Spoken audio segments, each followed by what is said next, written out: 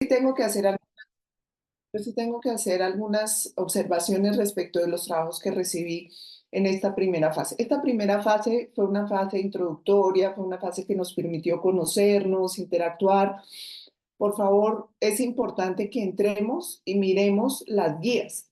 En la guía de trabajo, que es una guía como esta que tengo acá, creo que ustedes la pueden ver ahí.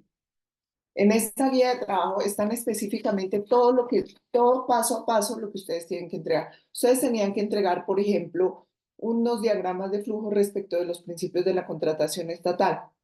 Hubo trabajos que no presentaron los diagramas de flujo, sino simplemente se limitaron, por ejemplo, a decir la planeación, el principio de la planeación es esto, el principio de la economía es esto. Entonces, pues eso evidentemente nos va a bajar las notas al final. Es importante que nos acojamos literalmente al contenido de la guía.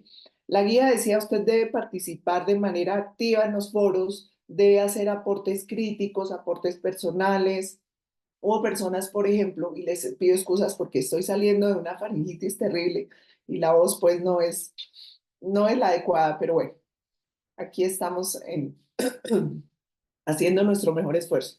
Pero entonces, sí hubo aportes, por ejemplo, que se limitaron a copiar y transcribir artículos de la Constitución y subirlos al foro. Pues de eso no se trata. El foro tiene que hacer, usted en el foro tiene que hacer aportes críticos, argumentando, por ejemplo, el principio de la transparencia es esto y esto y esto, y a mí me parece que pasa esto, que si se aplica, que no se aplica, en el entorno donde yo trabajo pasa esto, y eso nos permite hacer aportes críticos, argumentados y analíticos, es decir, no transcribir cosas que encontramos o que están en las lecturas o que bajamos de normatividad, sino que con nuestras propias palabras podamos nosotros hacer esos aportes. Y es importante replicar esos aportes a nuestros compañeros. Por ejemplo, Diana dice, el principio de planeación es fundamental para el desarrollo de los proyectos de la contratación con el Estado. Y desde mi experiencia trabajando con entidades de cooperación internacional, lo puedo aplicar así, así, así.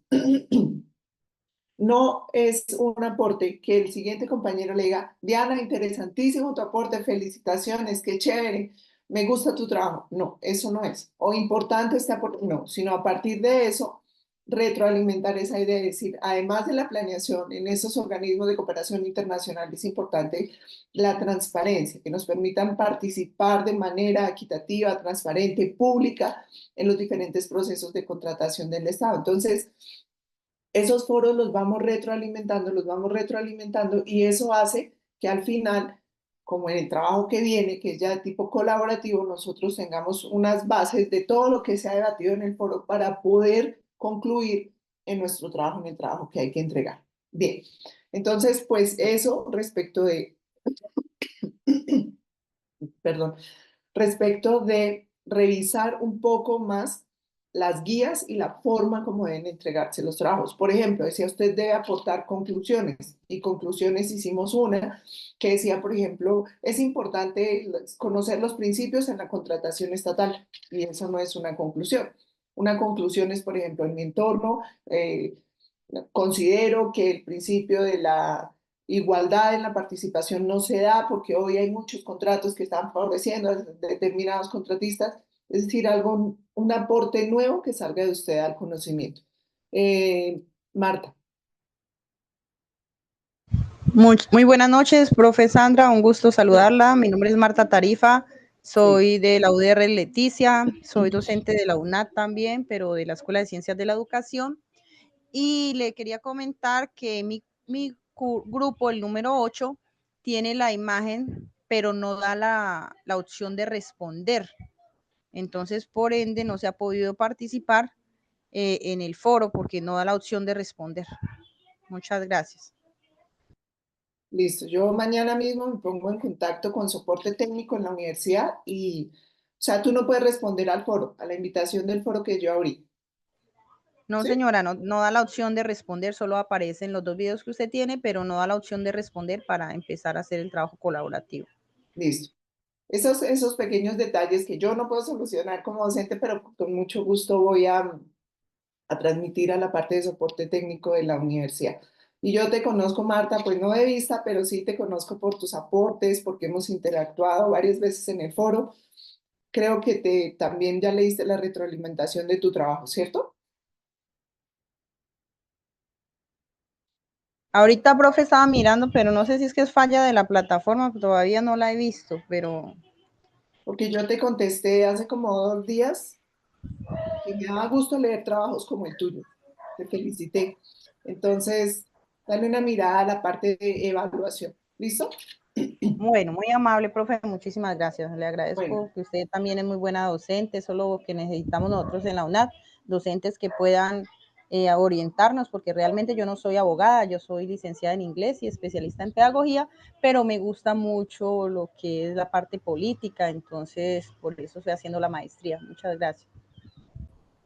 bueno, yo sí, yo soy consciente de que aquí muchos de nosotros o de los participantes en esta maestría no somos abogados. Por eso, precisamente la charla de hoy quiero hacerla.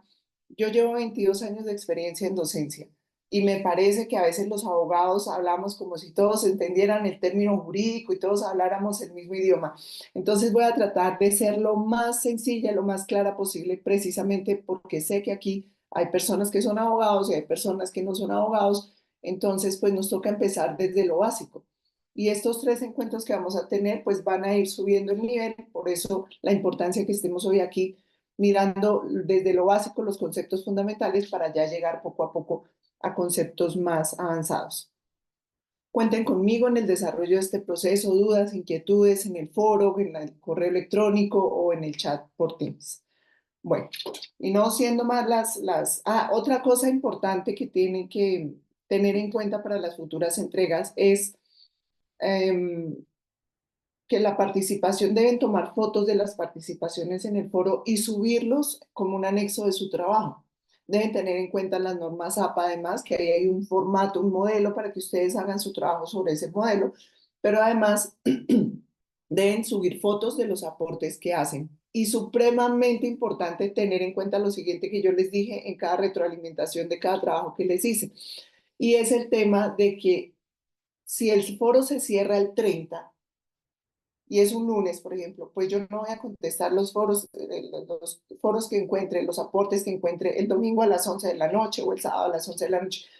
Está por norma establecido que los últimos 3 días de temas de foro, pues entonces esos no tendrán retroalimentación porque ya estamos preparando la etapa de calificación y es complejo. Entonces, si el foro se cierra el 30, yo los invito a que hagamos aportes hasta el 27 porque de todas maneras, pues el aporte se hace, pero no va a tener la misma calificación ni la misma retroalimentación. Y cada aporte en el foro tiene calificación. Es importante el aporte que usted pueda hacer en el foro, así como tiene calificación también el producto final que va a entregar.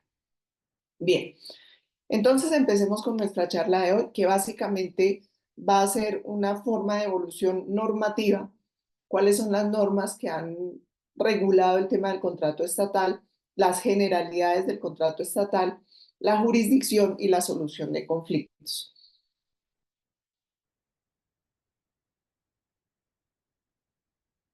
Bien, vamos a ver en primera instancia los antecedentes normativos. Antecedentes normativos del contrato del Estado o del contrato estatal hay cantidades. De los más importantes están los que están acá y ustedes pueden observar en la parte de antecedentes. La ley 53 de 1909 fue una primera ley, un primer antecedente que trató de regular de alguna forma los compromisos que adquiría el Estado. Reguló una cláusula penal para el incumplimiento cuando el contratista le incumplía al Estado. Un contrato en general, por ejemplo, un contrato de compraventa. ¿Cómo define la ley el contrato de compraventa? El contrato de compraventa es un contrato mediante el cual una persona se obliga a dar algo, la propiedad de un bien, por ejemplo, y la otra persona se obliga a pagar un precio por ese bien. Fíjense que se generan obligaciones bilaterales, obligaciones que en derecho llamamos bilaterales. Usted tiene la obligación de entregarme una casa y yo tengo la obligación de pagarle el dinero que le costó a usted o lo que usted consideró que valía esa casa. Fíjense que en los contratos del Estado pasaba que el Estado daba anticipos y demás, y entonces las obras quedaban ahí y nunca había el cumplimiento de ese principio de la bilateralidad que debe regir o que debe regular todos los contratos. Yo siempre les digo a mis estudiantes, el único contrato que hoy usted puede terminar cuando quiera y sin ningún tipo de indemnización es el de noviazgo. De ahí para allá, pues el incumplimiento de nuestras obligaciones en un contrato nos generan sanciones, nos generan consecuencias que generalmente son indemnizaciones por el incumplimiento. Y eso no existía en los contratos del Estado. Entonces viene una cantidad de normas que ustedes las ven acá, la ley 110 de 1912, luego en 1921, luego en 1941, en 1964, y un decreto ley que es el 3130 del 68 y el 1670 del 75, que fueron unos antecedentes sólidos que trataron de recoger todas esas normas que regulaban de manera dispersa la contratación del Estado y trataron de unificar en un solo compendio esa normatividad. Ocurre que cuando eso pasa, empiezan a salir una serie de decretos que dicen, vamos a hacer la excepción de la excepción. Y la excepción de esta ley es esta. Y entonces otra vez se hizo una dispersión normativa al respecto. Esos son los antecedentes remotos que existían respecto de la contratación con el Estado. Entonces, una cantidad de leyes dispersas y un desorden en el tema de la normatividad estatal que no permitía ni siquiera tener seguridad jurídica. ¿Qué es la seguridad jurídica? Que usted tenga claridad en una norma que le va a aplicar, por ejemplo, a un contrato. Por ejemplo, vamos a hablar de un contrato de arrendamiento entre particulares.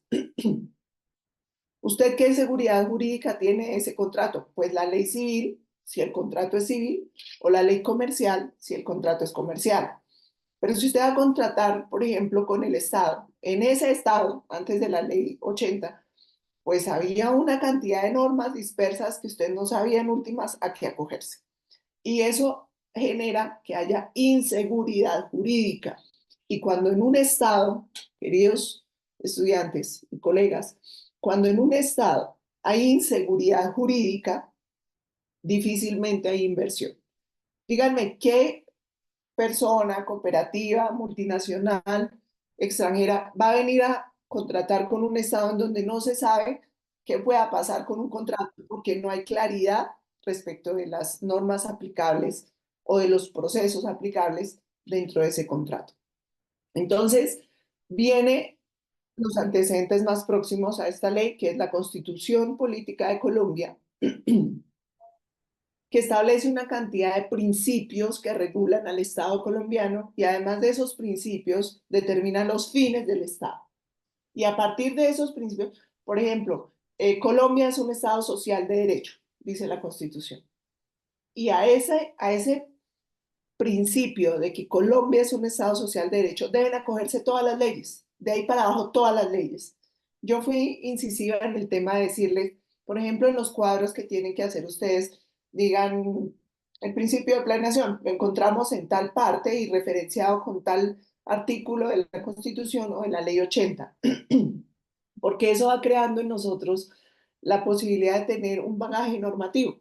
Ah, eso está en la Constitución, eso está en la Ley 80, eso está, o sea, tratar de citar la fuente de donde sale ese principio. Entonces, tenemos los antecedentes próximos de la Constitución Política de Colombia y recuerden que de la Constitución, que es la norma de normas, de ahí para abajo bajan todas las leyes y tienen que acogerse a esos principios constitucionales. De ahí viene entonces la Ley 80 del 93, que reúne todo ese compendio normativo y es la primera vez que se unifica en un solo compendio, en una sola norma, todo lo que tiene que ver con la contratación del Estado. Entonces, ahí como dice, se elimina la dispersión normativa y la multiplicidad de regímenes especiales. Entonces, si había un principio, había un decreto que eliminaba este principio para ciertas entidades estatales. Entonces, eso se acabó.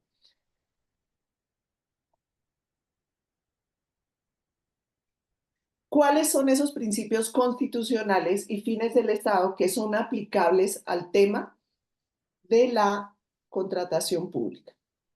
El primero y el más importante es que Colombia es un Estado social de derecho, tal cual les estaba explicando. Colombia es un Estado social de derecho. ¿Qué significa eso que muchas veces nosotros vemos? Colombia es un Estado social de derecho, sí, pero ¿qué significa eso? Antes éramos un Estado de derecho, ahora es un Estado social de derecho. Siempre que nosotros encontremos ese principio en la Constitución, significa que Colombia es un Estado en el que prima lo social por encima de la formalidad del derecho. Siempre el derecho debe acogerse a los principios fundamentales del ser humano, al principio de la vida, a la salud, a la educación, y todo el Estado debe estar en función, la norma debe estar en función de que prime lo social sobre la norma, sobre la formalidad de la norma.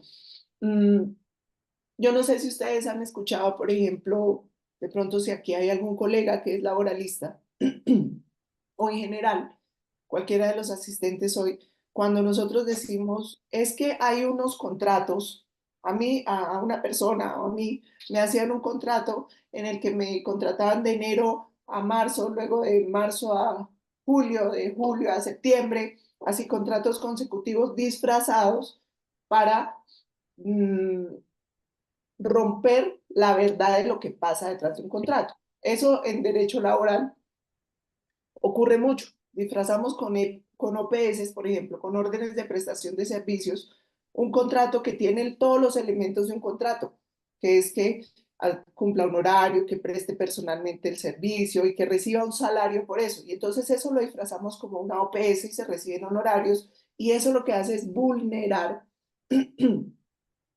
los derechos de los trabajadores. Entonces, en ese orden de ideas viene el Estado social de derecho. Dice, no, aquí tiene que aplicarse un principio que favorezca al empleado. ¿Y cómo lo favorece? Ese principio precisamente se llama el principio de favorabilidad.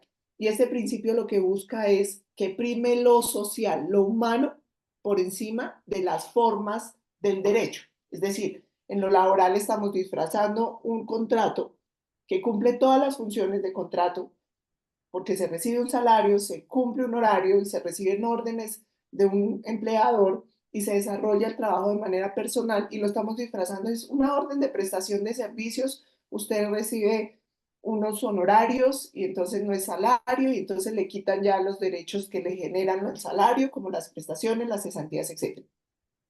Ahí vienen todas las demandas contra esos empleadores que disfrazan la realidad con una formalidad de un contrato. Entonces, de eso se trata este Estado social de derecho. Prima lo social sobre una forma o sobre una norma. El ser humano es el epicentro del derecho. En todo Estado social de derecho, el ser humano es el epicentro del derecho. Y el Estado cumple un objeto social.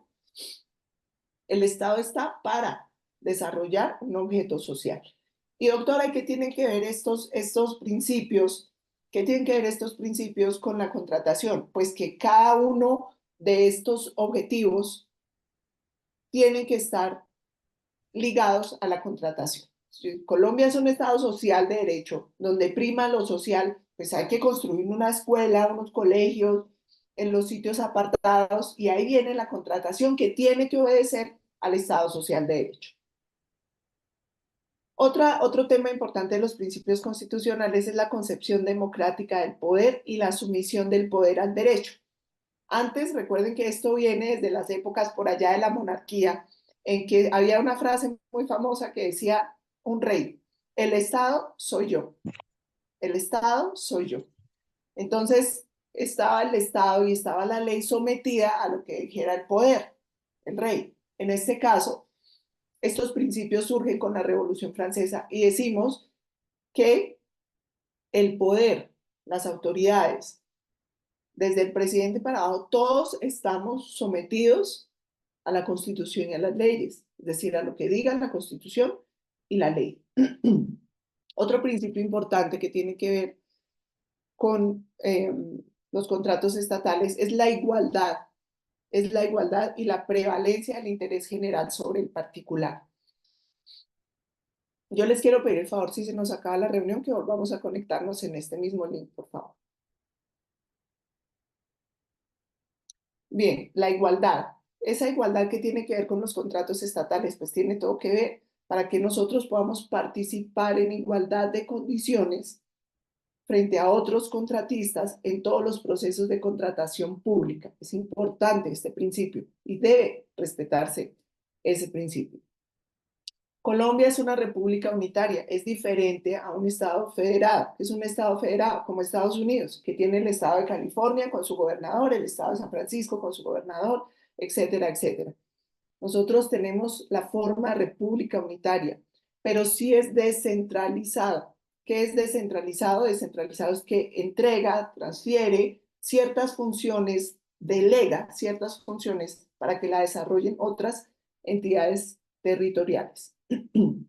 Asimismo, decimos que Colombia es un Estado democrático, participativo y pluralista. Eso permite llegar al poder de manera democrática, que usted tenga la posibilidad de participar en todas las esferas del poder, en todos los procesos de licitación, en todos los procesos de elección popular, etcétera, etcétera, y a través de diferentes partidos políticos y de diferentes ideologías. Esto es importante, por ejemplo, que recordemos a través de la historia de Colombia que eran únicamente dos partidos tradicionales, el liberal y el conservador. Y eso generó con el tiempo la formación de grupos que se oponían o no tenían esa misma forma de pensamiento y pues ya vemos en lo que estamos. Entonces, uno de los orígenes fuertes de la violencia fue eso. Simplemente nos turnamos el poder liberales y conservadores y no había cabida para otras ideas. ¿Qué viene en nuestra constitución? Y dice, no, Colombia es un estado pluralista y aquí pueden participar todas las ideas y conformarse diferentes grupos políticos y diferentes corrientes de pensamiento. Bien, eso en cuanto a los principios constitucionales. Respecto de los fines del Estado, miren el fin más importante que tiene el Estado en la Constitución. El Estado está para servir a la comunidad, no lo contrario. No la comunidad está para servirle al Estado, sino el Estado, su función principal es servirle a la comunidad. Y servirle a la comunidad es servirle bien a la comunidad y solucionar los problemas que tenga esa comunidad. ¿Y cómo lo hace? Por ejemplo, a través de la contratación para promover la prosperidad general. Entonces, el Estado debe promover la prosperidad general. Eso es mirar la necesidad. Yo vi muchos trabajos que partían de, hay una necesidad en la comunidad, entonces vamos a planear una licitación para satisfacer esa necesidad de cierta comunidad. Entonces, el Estado está para servir a la comunidad y para promover esa prosperidad general, para garantizar a las personas los derechos consagrados en la Constitución y en la ley. Por eso el Estado debe garantizar la participación de todos en la vida política, en la vida económica, en la vida administrativa, en la vida cultural. En todos los espacios del Estado se debe garantizar la participación de todos los colombianos. Además de esto, la Constitución nos establece que las autoridades están instituidas para proteger a las personas y asegurar el cumplimiento de los deberes del Estado.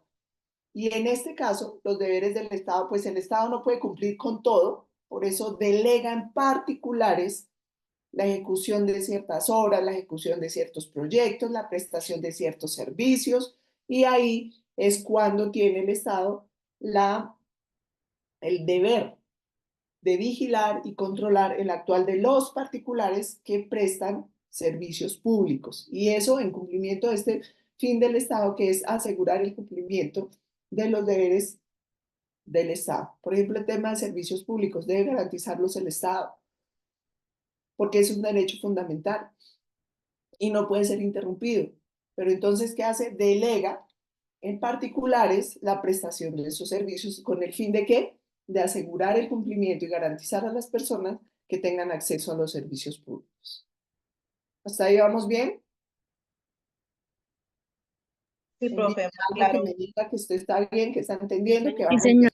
Sí, profe, está Todo muy claro. claro y creo que, o sea, algo de lo que me llamó la atención, qué pena que yo no levanté la mano, bien. algo lo que me llamó la atención es que, y una de las cosas que uno ve mucho, y aunque ahorita estamos hablando mucho de digamos, de los temas estatales, y pues también uno lo ve inclusive a veces en el sector público, y es la forma que a veces disfrazan, digamos, los contratos eh, para poder, digamos, hacer cumplir algunas funciones a las personas. Y uno a veces lo ve mucho, y lo digo por experiencia que he visto y por personas que han trabajado con el Estado, específicamente en este tipo de contrataciones, y como usted lo decía, que uno en el fondo dice, la persona cumple horario, la persona le dan una función, obviamente tiene un salario que a veces llega tarde, pero llega a veces, bueno, en otras ocasiones no. Eh, Muchas pero sí, entidades llegan tarde. sí, pero entonces la persona sí tienen que estar como ahí, como cumpliendo con todas las funciones y a veces muchos más, porque a veces está contratado como para unas funciones específicas y resulta realizando otras actividades adicionales dentro del marco, digamos, de lo que le tiene. Y a veces, muchas veces la persona, digamos, por no perder, digamos, esa oportunidad, entre comillas, acepta este tipo de condiciones disfrazadas bajo un contrato, sobre todo de la prestación de servicio. Y es algo, pues, en lo que también el gobierno nacional, sin ser petrista ni nada de estas vainas, sin meterle un tinte político al tema, pero sí era una de las cosas que en algún momento también se manifestó desde el gobierno nacional de los procesos de contratación que se hacían desde el Estado. Entonces creo que pues lo que estamos hablando es totalmente la realidad, Sí. lo que vivimos. Claro, y ahí mira, fíjate que en esos casos es cuando uno demanda ante las jurisdicciones ordinarias, por ejemplo, la justicia laboral, una infidencia. Yo tengo aquí en la oficina varias demandas contra, bueno, una entidad del Estado, porque la forma de contratar a sus docentes es a través de OPS, órdenes de prestación de servicios, son horarios y cada mes pagan una pila y toda esa cosa cuando ellos tienen que cumplir un horario, reciben un salario y la vaina va bien, va bien. Entonces, ¿nosotros en qué nos basamos? En estos principios constitucionales. Y en ese principio de favorabilidad uno no puede disfrazar una realidad disfrazada en un contrato para hacerlo ver como que no es un contrato laboral, pero entonces sí, se le quitan las prestaciones, se les quitan las cesantías, no tiene derecho a primas, cuando es netamente un contrato realidad y debe primar la realidad y lo social sobre la formalidad del contrato. Muy bien, ya. Perdón, compañera de Leticia, que alzó la mano antes de que haga la intervención. Por ejemplo, un caso también que se vive mucho es, por ejemplo, con ese tema de las vigencias. Porque, por ejemplo, como los comienzos de año son tan difíciles, o por ejemplo, con cuando cambian de una administración a otra y los procesos de contratación se demoran, por ejemplo, y he visto casos porque he tenido personas muy cercanas que lo viven, es que la persona a veces trabaja los 3 primeros meses, pero cuando ya la van a hacer el contrato, que no pueden ser esos 3 primeros meses, sino que tiene que ser de tal mes hacia allá, porque a partir de eso es que tiene como la autorización de poder efectuar las contrataciones, y la persona ha trabajado esos 3 meses gratis y no tiene ningún soporte legal para poder hacer una reclamación, y también son casos que he conocido de primera mano también. Sí, totalmente de acuerdo contigo. Eso es. Así es la realidad frente a la formalidad de los contratos. Marta. Yo también estoy de acuerdo con la compañera. Aquí sucede mucho en la gobernación del Amazonas, que mientras hacen los contratos, las personas terminan trabajando 1 o 2 meses gratis. Y por ejemplo, por mi experiencia en el Ministerio del Trabajo también, que yo trabajé en la Secretaría de la Subcomisión de Concertación de Políticas Salariales y Laborales, mientras sea una entidad pública, entonces el Estado no entra a intervenir en lo público, entonces solamente sirve para entrar a intervenir en lo privado, y pues eso permite que las instituciones públicas vulneren los derechos laborales de los empleados. Entonces también a veces como que la ley se queda corta en proteger al empleado, en esto en cuanto al derecho laboral. Y pues a lo que es contratación estatal, pues yo he sido mucho tiempo veedora ciudadana y he visto cómo manipulan la contratación para darle a la persona que ayudó en X campaña los contratos, o los contratos como yo exponía en la primera actividad que estábamos haciendo, contratos que se vuelven elefantes blancos porque sencillamente jamás llegan a impactar a esa comunidad que realmente lo está necesitando.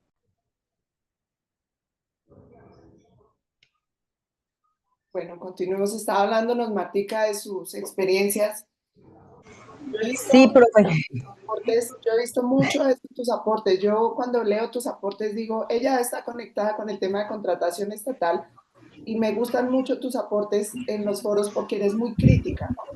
Ah, yo por eso te resalté eso en la retroalimentación, que espero que la veas, porque de Ya la verdad vi, profe. es una manera crítica de no decir, sí, todo está perfecto, ¿no? Esto falla, esto falla, esto falla, pasa esto y esto y esto, sí. Sí, mi profe, realmente, pues yo he tenido el privilegio de ver desde la vida real todo lo que ya estamos nosotros estudiando en las guías y es eso, es ver cómo desde pues de una vida empírica como la mía, nosotros tratábamos de que se cumpliera realmente la ley y de ver que como un puente que es necesario para una comunidad tan importante como la Isla de la Fantasía y terminó perdiéndose los recursos porque sencillamente no se hizo una buena planeación, no se revisó que realmente pues esto es una isla que pertenece a prácticamente son tierras que más tarde que temprano pues el río iba a volver a llevárselas y producto de no solamente el Magdalena se está erosionando, el Amazonas también. Entonces, donde se suponía que iba a ir ese puente, se está desmoronando todo y va a hacer volver de pronto a ser río. Entonces, toda la cantidad de falta de planeación y sencillamente solo porque los recursos los necesitan que se los aprueben y después todo se termina volviendo pues una corrupción que es muy difícil de parar porque sencillamente el mismo Estado tiene unas leyes que son muy débiles y que se quedan en el papel y sencillamente pues ni la Procuraduría ni la Contraloría entran a hacer su papel a tiempo. Entonces el único que pierde es el ciudadano, porque más tarde que temprano, pues el Estado sencillamente, ¿qué tiene que hacer? Pues pagarle al contratista si ya se vencieron los términos y sencillamente el ciudadano es el que más impuestos tiene que pagar por obras que ni siquiera ve. Bueno, muy agradecida. Gracias, Martica. Ronald. Bueno, buenas noches, profesora y compañeros. Sí, complementando un poco lo que han dicho las compañeras, yo creo que estos contratos de trabajo disfrazados de prestación de servicios, como usted lo dice, profesora, pues es algo que prácticamente está naturalizado dentro del Estado. Sí, pues sabemos que esto no es de ahora, pero pues prácticamente los trabajadores tienen que lidiar con eso siempre tratando pues de conservar su empleabilidad, porque pues sabemos las presiones políticas que existen, las trabas, digamos, jurídicas en el acceso a la justicia, de tal manera que por un lado las personas pueden de algún modo desconocer cómo funciona el proceso de contratación, ¿sí? A qué derechos tienen con un contrato de prestación de servicio, pero por el otro simplemente se resignan, sabiendo que a veces la ley o la justicia, digamos, es muy hermética, muy cerrada. Entonces, en esos términos quisiera preguntarle, profesor, a usted que ha tenido la experiencia, ¿sí? Que ha venido acompañando, como nos dijo, algunas demandas contra alguna empresa del Estado, ¿qué tan fácil es, por ejemplo, lograr tramitar estas demandas? ¿Sí? Y bueno, ¿qué tan fácil también es lograr que se le restablezcan esos derechos realmente a los trabajadores? Fíjate que actualmente en Colombia, a nivel de, pues, tu pregunta se va un poco hacia lo laboral. Actualmente en Colombia existen dos tesis y ahí estamos encontrando nosotros un choque de trenes. Una tesis es la de la Corte Constitucional y otra tesis es la de la Corte Suprema de Justicia. La Corte Suprema de Justicia establece que ese tipo de contratos se hicieron así, se firmaron así y se tienen que acoger, y por eso existen, por ejemplo, contratos que se firman con personas cada 6 meses, cada 6 meses, cada 6 meses, y así duran 15 años, cada 6 meses, y que son de libre nombramiento y remoción, y de un momento a otro, chao. Y que esa es la teoría, por eso existen esos contratos y las partes se someten de manera bilateral a eso. ¿Qué se ha peleado y qué se está peleando? Se está peleando la tesis de la Corte Constitucional. La tesis de la Corte Constitucional es la siguiente. Después de que han transcurrido 3 años ininterrumpidos con esa forma de contratos, el contrato debe volverse indefinido. Y sobre todo cuando, por ejemplo, hacen el aviso, el preaviso de que no se va a continuar con el contrato fuera de los términos que establece la ley para hacer ese tipo de preaviso. Entonces, fíjate que hay esas dos tesis y esas dos corrientes. Se han ganado procesos acogiéndonos a la teoría de la Corte Constitucional, porque en últimas, la Corte Constitucional lo que dice es que se debe acudir a principios más allá de lo que dice la ley. La ley dice que son válidos los contratos a término fijo, pero no los contratos a término fijo para siempre, ¿cierto? Sino los contratos a término fijo dejan de ser a término fijo cuando ya han transcurrido más de 3 años ininterrumpidos. Y el salario, el trabajador ha recibido su salario, ha recibido órdenes, ha cumplido un horario, y si se cumple eso, simplemente el contrato se vuelve a término indefinido. Y entonces, cuando se le da fin a un contrato, acogiéndose a que hasta aquí le llegó su contrato y chao, sin los previos requisitos que exige la ley, entonces se da lo que en derecho laboral se denomina como una terminación injustificada del contrato laboral. Y eso hace que haya indemnización de perjuicios, que haya, que la persona pueda solicitar que se le revincule y además que se le indemnice. ¿Cómo es la indemnización? En este caso, es un día de salario por cada día de trabajo que se le ha impedido al trabajador ejercer su función. ¿Estamos claros? ¿Sí? Sí, profesora. Vale. Sí, Diana, señora. dime, Diana. Profe, yo tengo una consulta, bueno, más que si es como una inquietud. Por ejemplo, estas personas que llevan mucho tiempo trabajando, años, puede decir, digamos, en puestos del Estado, pero pues como son puestos que a veces deben ser nombrados por concurso y estas cosas, y a veces sacan los concursos y se los ganan y esas personas han estado años ahí y no quedan.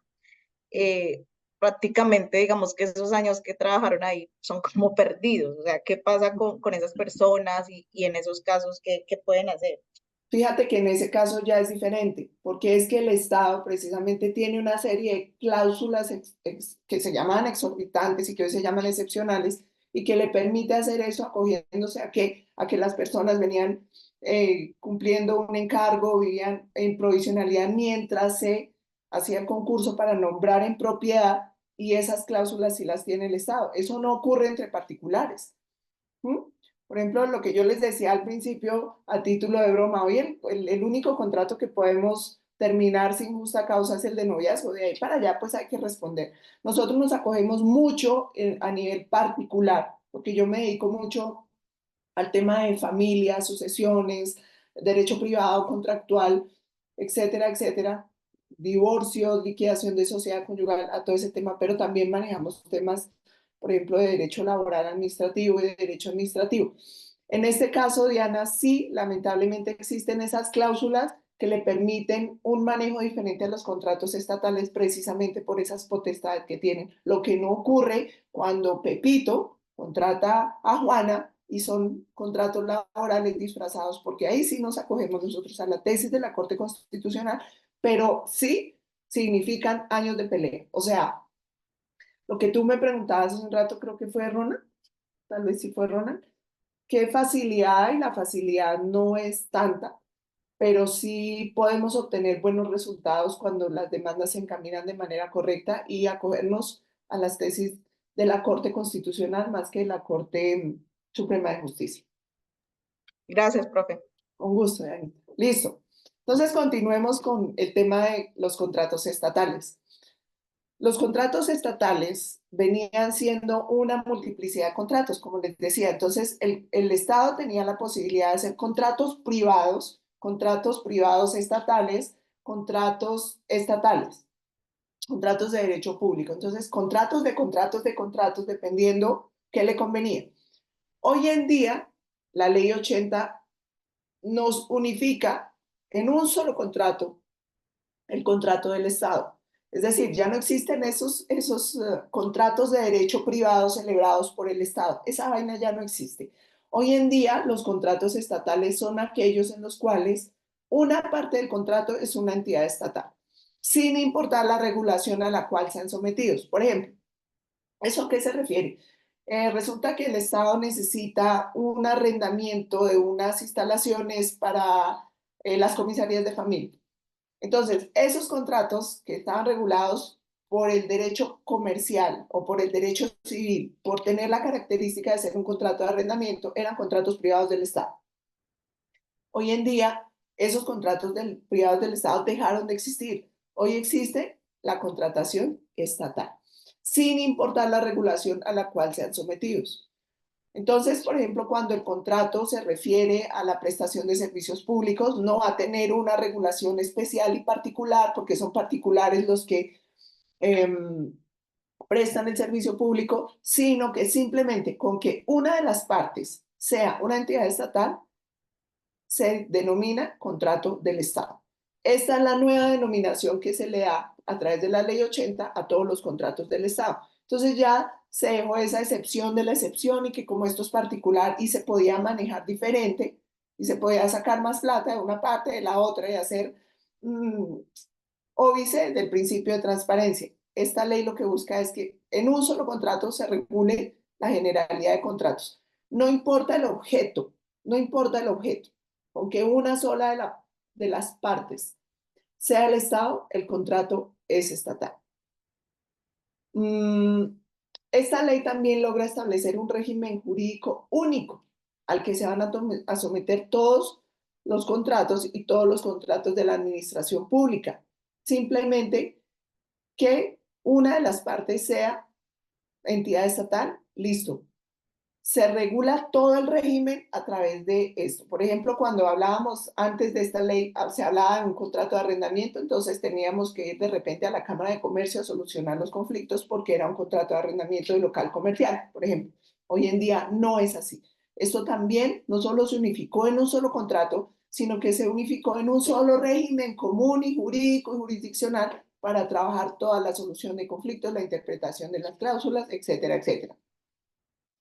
¿Qué característica es especial en esto? Yo les decía a ustedes al principio, cuando yo celebro un contrato de compraventa, me obligo a dar un bien, una casa, un inmueble, y a mí se obligan a pagarme. Eso significa la bilateralidad. Y los dos tenemos, tanto el que vende la casa como el que recibe la plata, obligaciones bilaterales y equilibradas. En estos casos, Dianita, que hablabas ahorita, conservamos un régimen excepcional que se llamaba cláusulas exorbitantes. Hoy se llaman cláusulas excepcionales y eso es lo que hace que exista una gran diferencia entre los contratos del Estado y los contratos entre particulares. Por ejemplo, la interpretación que se hace de las cláusulas de estos contratos tiene que ser una interpretación en favor de la entidad pública con miras al bien social. La modificación o terminación también tiene un tema especial que se llama la caducidad contractual. Es la terminación unilateral que hace el Estado por el incumplimiento de un contrato. En un contrato bilateral, por ejemplo, volvamos al tema de la compraventa. En la compraventa, si usted incumple con sus obligaciones, por ejemplo, usted no fue a firmar la escritura el día que tenía que ir a firmar la escritura. La otra parte no le puede decir a usted, ok, damos por terminado el contrato, caducidad, págame la indemnización. No. No, porque el hecho de que uno incumpla no significa no justifica que el otro también incumpla. Entonces, por ejemplo, estas cláusulas excepcionales que se manejan únicamente en los contratos estatales no se manejan en el derecho privado y eso hace una diferenciación grandísima en ese tema. A ese tema me refería cuando tú me preguntaste el tema de esos empleados, ¿sí? Eso no opera en el derecho laboral ordinario, porque en el derecho laboral ordinario o a mí me pagan lo justo o a mí me responden como debe responderme o yo me acojo a la tesis de la Corte Constitucional y yo demando. En este caso, pues no ocurre así porque el Estado tiene ciertas prerrogativas por ser el Estado y eso genera que tenga de todas maneras todo contrato estatal unas potestades y unas facultades especiales que tiene la administración que no tienen los particulares. ¿Cuáles son los principios de la contratación estatal? Estos los voy a nombrar rápidamente porque ustedes pues hicieron unos muy buenos trabajos respecto de estos temas. ¿Qué son los principios? Miren, los principios en el tema de contratación o en el tema de derecho civil, derecho laboral, derecho comercial, cualquier tipo de área del derecho al que uno se dedique, son unas reglas que inspiran un tema determinado. Por ejemplo, la buena fe. Cuando yo estoy en un tema de una demanda, yo tengo que actuar de buena fe. O sea, mi contraparte es mi contraparte, pero yo tengo que obrar de buena fe. Eso se llama la buena fe y la lealtad procesal. ¿Sí? Entonces yo no debo falsificar pruebas, yo no puedo alterar testimonios, yo no puedo manipular videos, yo no puedo hacer una cantidad de cosas que chocan con ese principio de la buena fe y la lealtad procesal. ¿Por qué? Porque son principios supra, por encima de la Constitución, por encima de la ley, que indican mmm, una manifestación de que más allá de que la parte contraria sea mi contraparte, yo me debo a una lealtad procesal. Y todos mis actos deben ser hechos de buena fe. ¿Para qué? ¿Para engañar al juez? No. Para llevar al juez a una verdad, a la certeza de lo que yo quiero demostrar. Entonces, siempre que nosotros hablemos de principios en cualquier tipo de área de la vida, pues son reglas que inspiran a una regulación en un tema determinado, sin que requieran una manifestación legal expresa. Es decir, la ley 80 no dice el principio de buena fe se aplicará a los contratos estatales. No, pero eso se presume, porque debe haber buena fe. Buena fe, tanto en las obligaciones que plasma el Estado como en el desarrollo de las obras del contratista.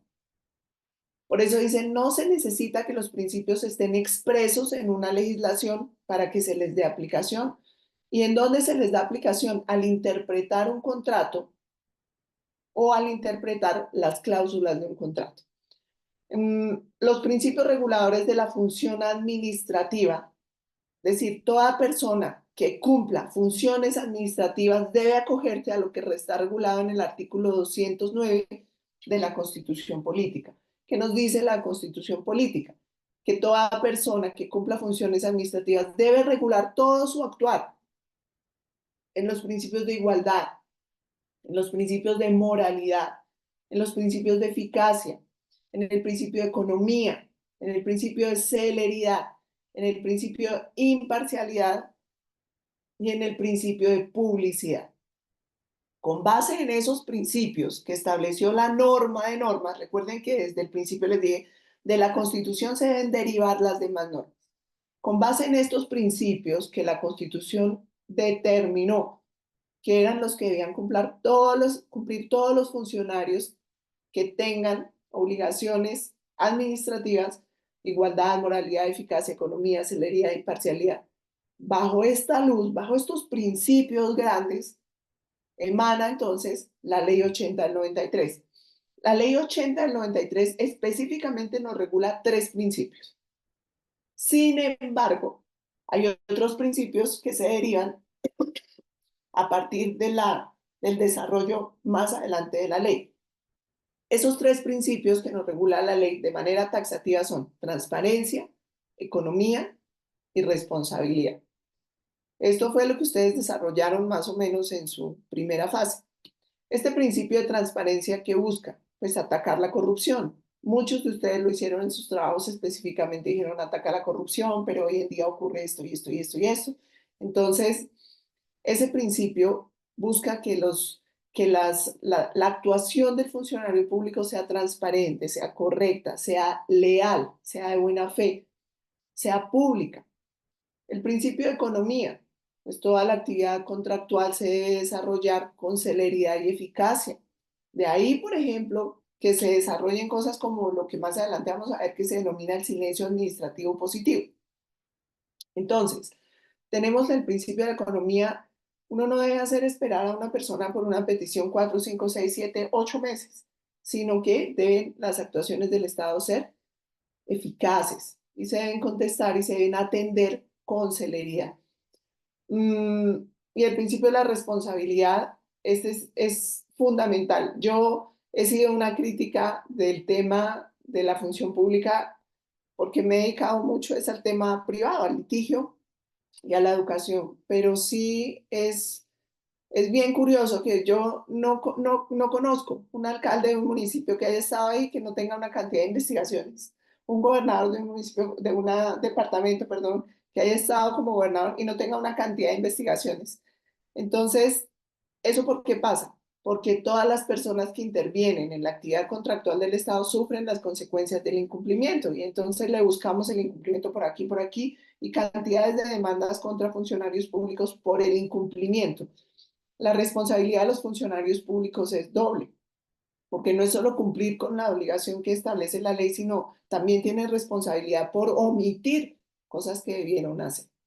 Entonces, esos son los tres principios que establece la ley 80. Sin embargo, hay otros dos principios, otros tres principios, o cuatro principios, o cinco principios que se pueden deducir del contenido de esa ley. Por ejemplo, está la ecuación económica contractual que está establecida en el artículo 27, no como un principio, pero se debe tener como un principio cuando se hace un contrato con el Estado. ¿Qué significa la ecuación económica contractual? Recuerden cuando yo les decía que en los contratos bilaterales yo me obligo a entregar mi casa y usted a pagar el precio. Eso pasa también en los contratos del Estado, que las obligaciones sean bilaterales. Yo voy a contratar la construcción de un hospital. Entonces, a mí me deben entregar el hospital en las características que me hicieron la propuesta. Recuerden que hablamos aquí desde proponentes. Me hicieron la propuesta y yo como proponente debo recibir al final el pago adecuado acordado con el Estado. Esas son obligaciones bilaterales.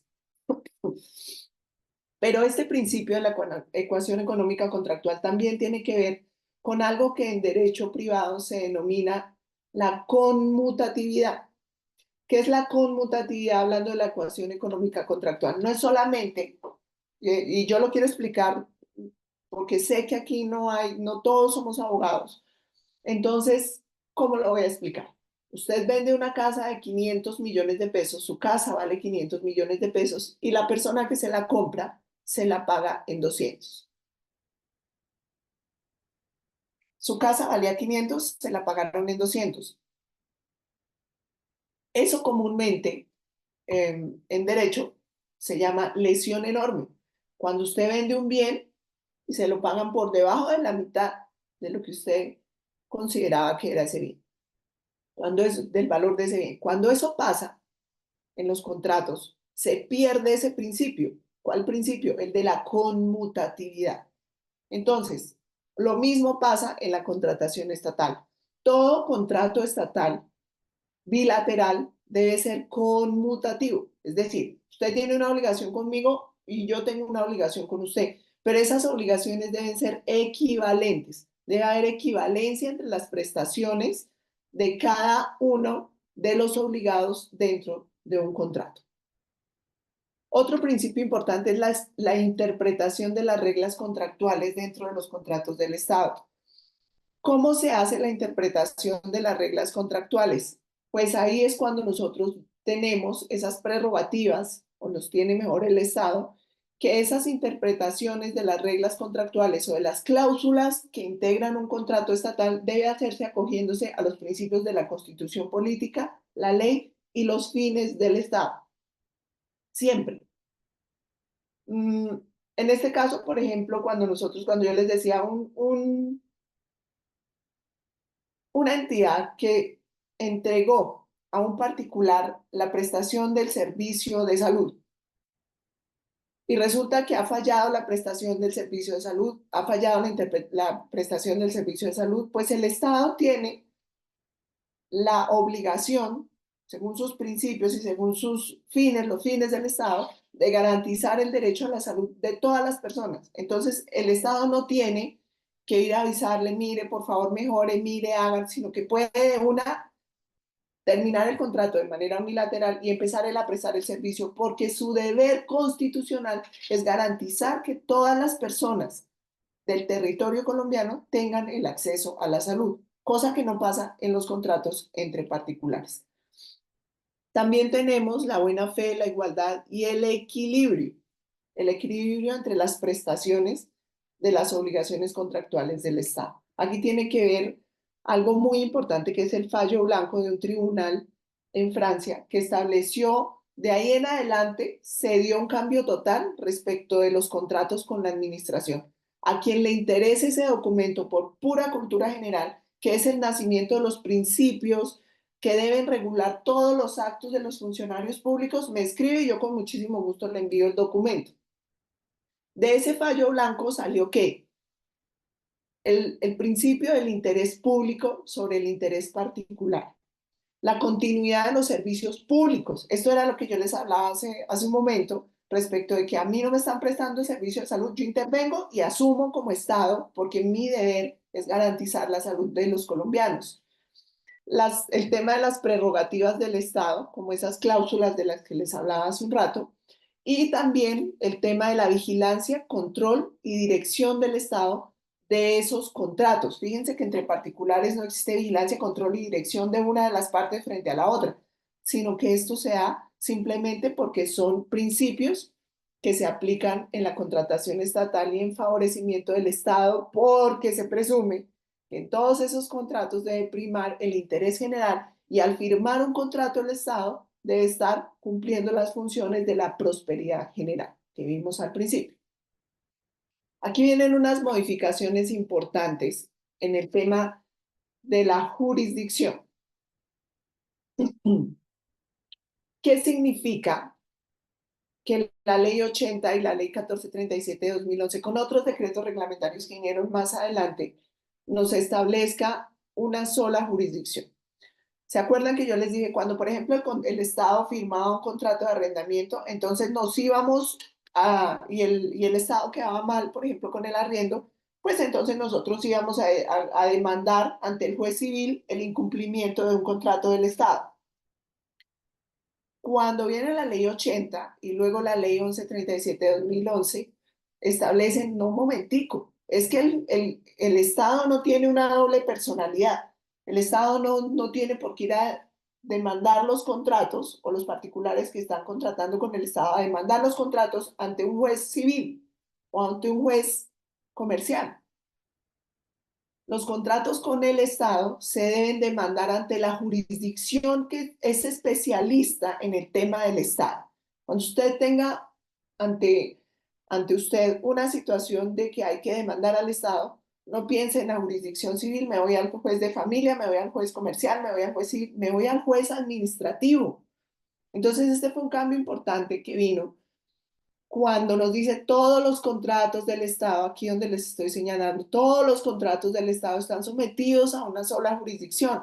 Aquí ya se acabó que una demanda al Estado, al juez civil, una demanda al Estado, al juez comercial. No, todos los contratos del Estado están sometidos a un mismo régimen, a un mismo juez especializado. ¿A cuál régimen?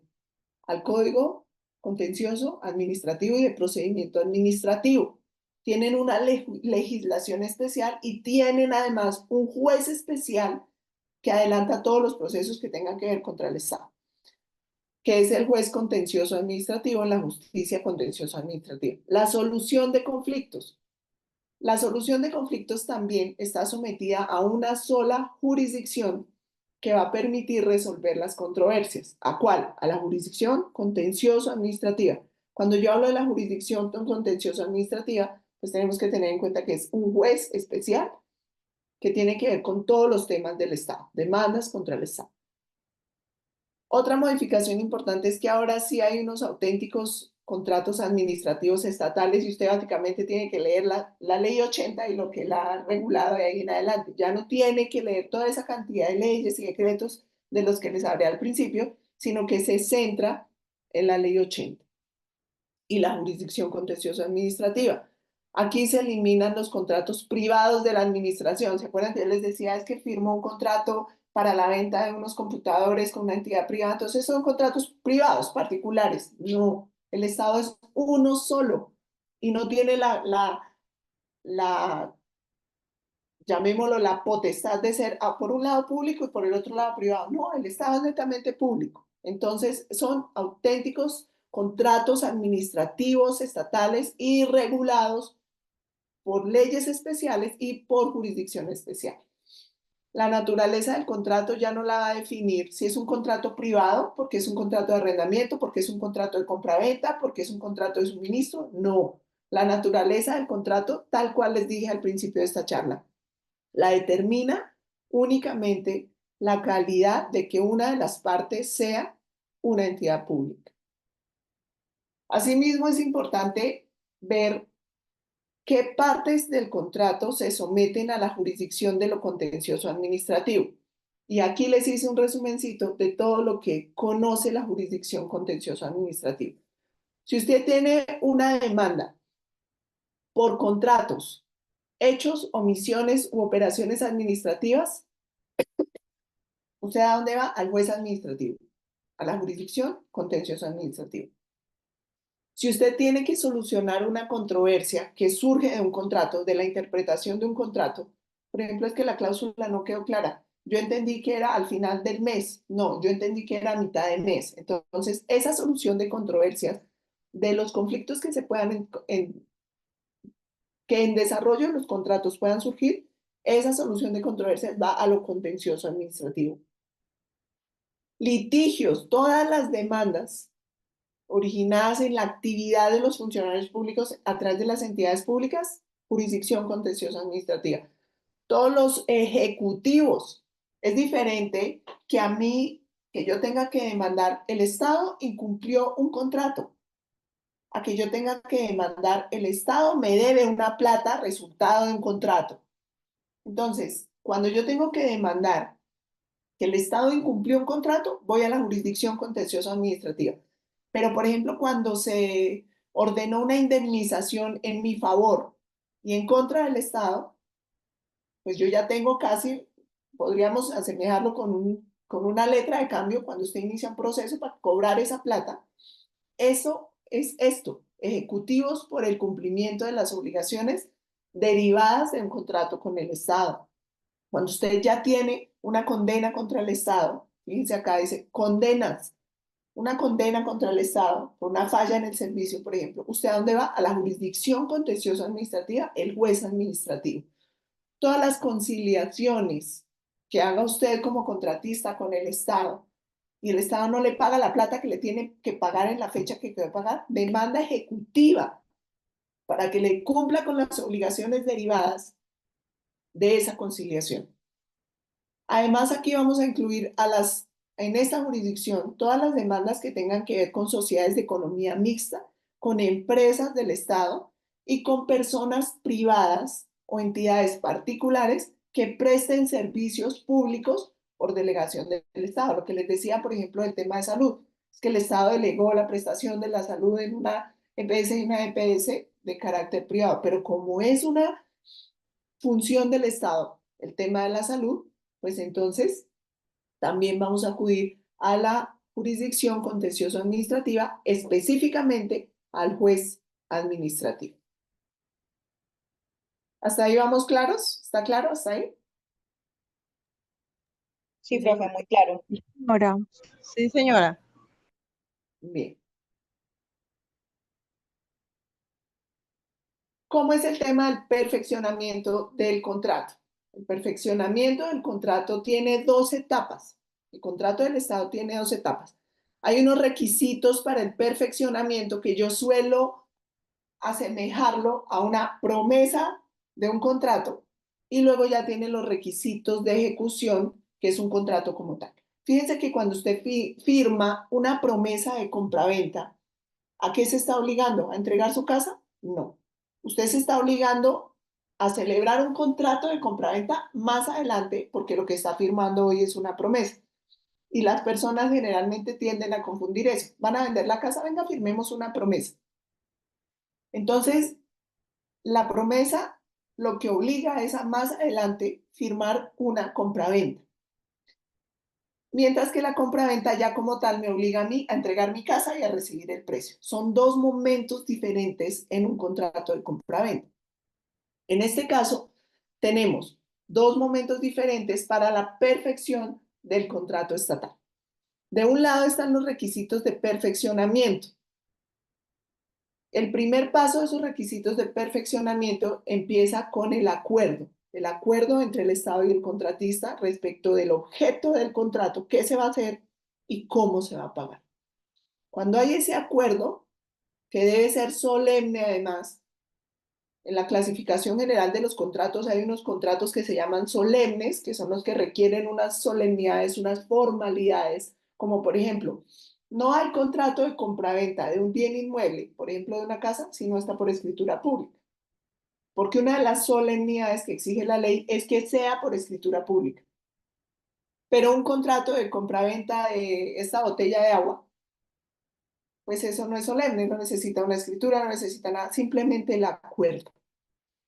En la contratación estatal, de acuerdo con la ley 80, todo contrato y todo acuerdo entre las partes debe quedar por escrito. Esa es una solemnidad que exige el contrato para el cumplimiento posterior de las obligaciones.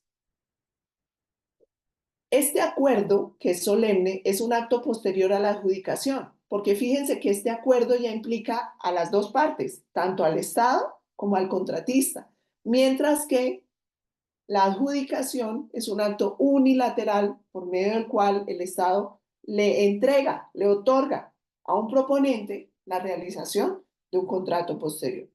Entonces,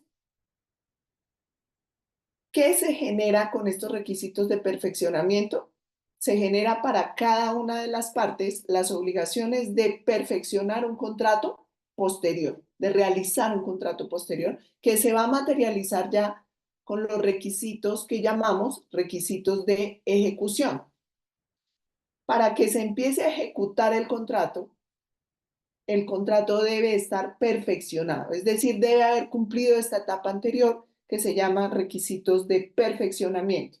Una vez se cumple esta etapa anterior de requisitos de perfeccionamiento, empezamos ahora sí con la etapa del cumplimiento de las obligaciones contractuales. Y esa etapa de cumplimiento de las obligaciones contractuales se llama requisitos de ejecución.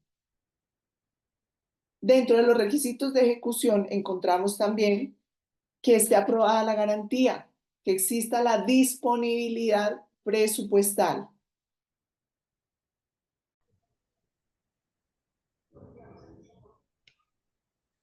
Bueno, continuemos. Estaba hablándonos Martica de sus experiencias. Sí, profe. Yo he visto mucho de tus aportes. Yo cuando leo tus aportes digo, ella está conectada con el tema de contratación estatal y me gustan mucho tus aportes en los foros porque eres muy crítica, ¿no? Yo por eso te resalté eso en la retroalimentación, que espero que la veas, porque de Ya la verdad vi, profe. es una manera crítica de no decir, sí, todo está perfecto, ¿no? Esto falla, esto falla, esto falla, pasa esto y esto, sí.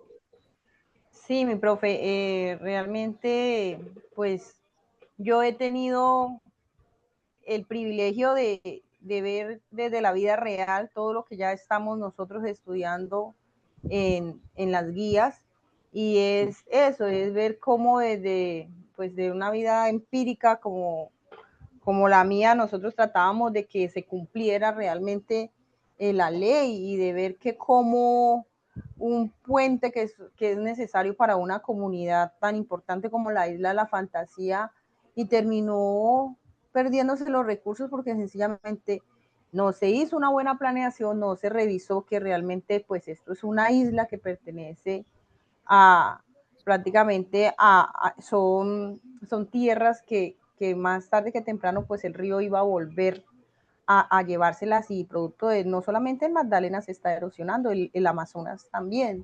Entonces, donde se suponía que iba a ir ese puente, se está desmoronando todo y va a hacer volver de pronto a ser río. Entonces, toda la cantidad de falta de planeación, y sencillamente solo porque los recursos los necesitan que se los aprueben, y después todo se termina volviendo pues una corrupción que es muy difícil de parar porque sencillamente el mismo Estado tiene unas leyes que son muy débiles y que se quedan en el papel y sencillamente pues ni la Procuraduría ni la Contraloría entran a hacer su papel a tiempo. Entonces el único que pierde es el ciudadano, porque más tarde que temprano, pues el Estado sencillamente, ¿qué tiene que hacer? Pues pagarle al contratista si ya se vencieron los términos y sencillamente el ciudadano es el que más impuestos tiene que pagar por obras que ni siquiera ve. Bueno, muy agradecida. Gracias, Martica. Ronald. Bueno, buenas noches, profesora y compañeros.